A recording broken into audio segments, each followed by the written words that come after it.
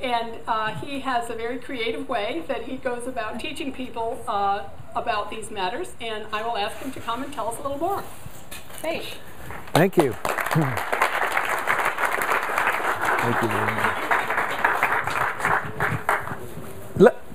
Hello, everybody. Hello. What a great day. What a great event. Imagine this, being in a place where the rain has been flooding, the rain and the seas parted so that we could come today to help feed America, and Connecticut kids in particular. Now, what I would like to do first is that we've been sitting and talking everything for a few minutes now, so I'm going to get you to put your hands together for a minute. We're going to clap. Can you do this? Yes. You're feeling kind of hungry, thirsty too? You open the cupboard, look for something to chew. You grab a bag of candy, another bag of chips, then you reach in the fridge for some soda and dip. You sit down on the couch, turn on your TV, or you chill at your computer with your MP3s. And all day long you're sitting on your big old butt, and you're looking at your stomach saying, man, I got a gut. But how you look ain't the problem, Jack. It's just unhealthy being fat. Did you know that 1 in 3 Americans struggle with obesity? They got high blood pressure and heart disease, a high risk of cancer and diabetes. So turn off your computer, turn off your TV. Go easy with the junk food, it's high calories. Go for a walk, go for a swim, take a ride on your bike. Work out at the gym, because how you look ain't the problem, Jack. It's just unhealthy being fat. Fat rap. Thank you.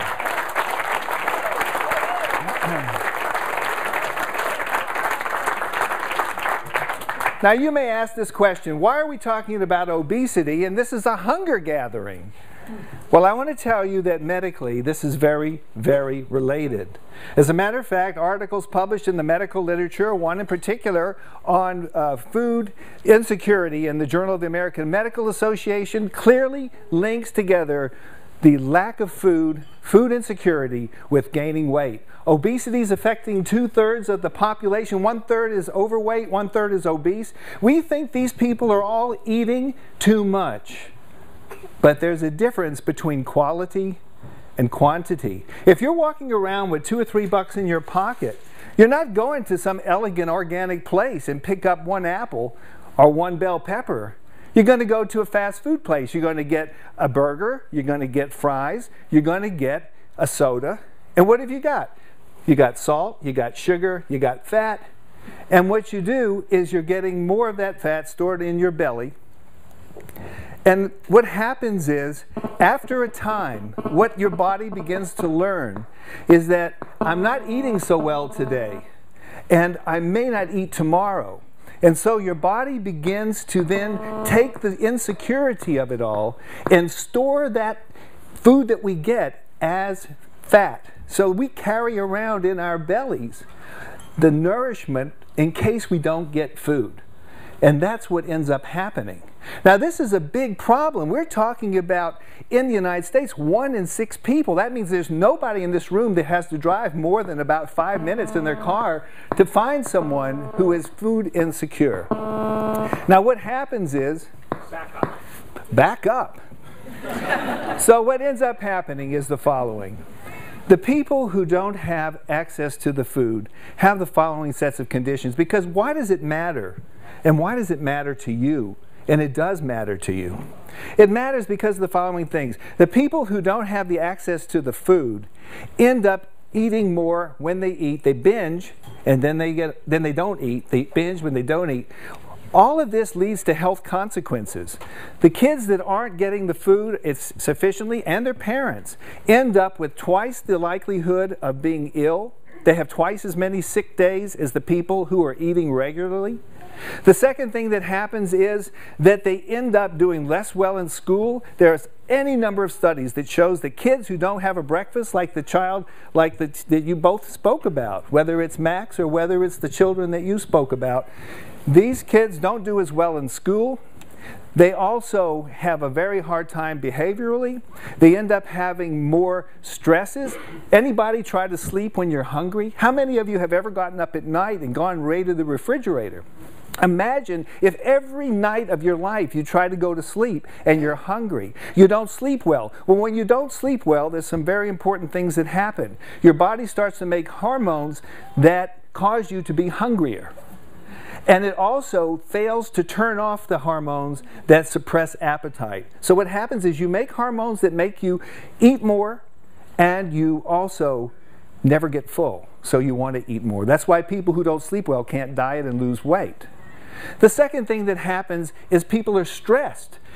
People are stressed. Imagine wondering where your next meal is coming from. When we're trying to figure out where our next meal is coming from, we're generally thinking, well, maybe it's takeout night, maybe we'll go to this restaurant, you want Chinese, what would you like? If you don't even know if you're going to have a meal, we're talking about an insecurity of stress that is terrible. And stress leads to increased blood pressure, it leads to diabetes, it leads to heart disease. So we've got that problem. Then you have the issue of stamina. Nobody that can't eat enough is going to ever exercise. And we know that exercise is essential. It's a cornerstone of health all of us need to have. And finally, the school, which I alluded to earlier. No chance in school.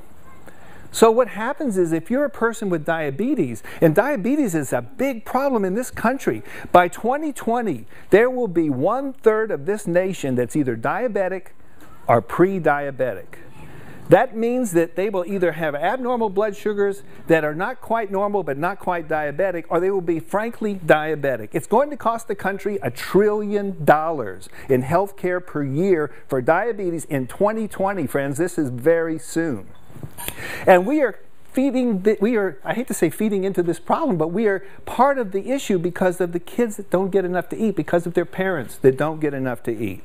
So I want to express this as a very important thing. And if you are also a person who is diabetic, and you know that you need good nutrition, you need the fruits, you need the vegetables, you need the whole grains, you need the things to keep your sugar in line, and all you can eat is limited amounts or fast food and junk food and carbohydrates, you can't control the diabetes. If you have to choose between your medicine and your food, if you have to choose between breakfast and dinner, these are tough choices, folks. None of us wants to ever be in the position to make those kind of choices. None of us ever wants our kids to be in those kinds of situations. And it's not only about having not enough money, because about half the people who are food insecure are not in what the country considers poverty line. And data shows that people who have low income but are not food insecure are not nearly as big a problem with obesity as the people who are food insecure. So it's a separate issue. It's not just about having the money, it's about having the food. So I want to tell you today only that I'm honored to be here, that this is a major health problem. We are concerned in our nation about two things primarily now: finances and health care. If we have 1 in 6 people in the whole country who is having these problems, they're going to be a workforce that doesn't happen. Our urban kids primarily are dropping out of high school. 50% never graduate high school. 50%.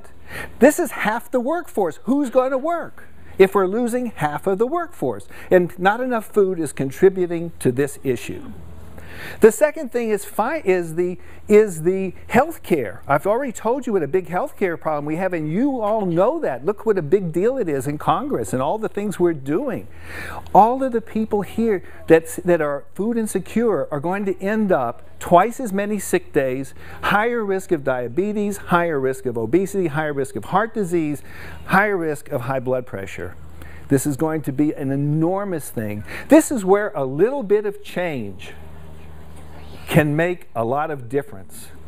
And so I hope today, for those of you who haven't offered a little bit of change, that you will consider supporting the food bank, the Feed America, and contribute to solving a problem that can be fixed in our lifetime, that will affect the financial industry, that will affect healthcare industry.